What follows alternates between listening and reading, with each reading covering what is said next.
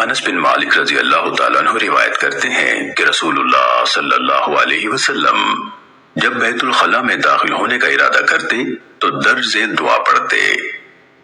حماد بن زید کے الفاظ ہیں: اللہم انی اعوذ بک من الخبث والخبائث، اعوذ باللہ من الخبث والخبائث، اے اللہ میں خبیث جنوں اور جنیوں سے تیری پناہ میں آتا ہوں۔ امام ابو داود رحمہ اللہ کہتے ہیں کہ شعبہ عبدالعزیز سے اللہم انی اعوذ بک کے الفاظ منقول ہے، جبکہ انہوں نے ایک بار اعوذ باللہ کے الفاظ بھی بیان کیے۔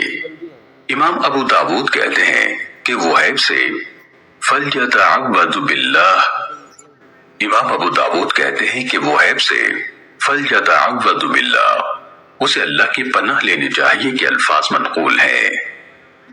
سنن ابو داود حدیث نمبر 4۔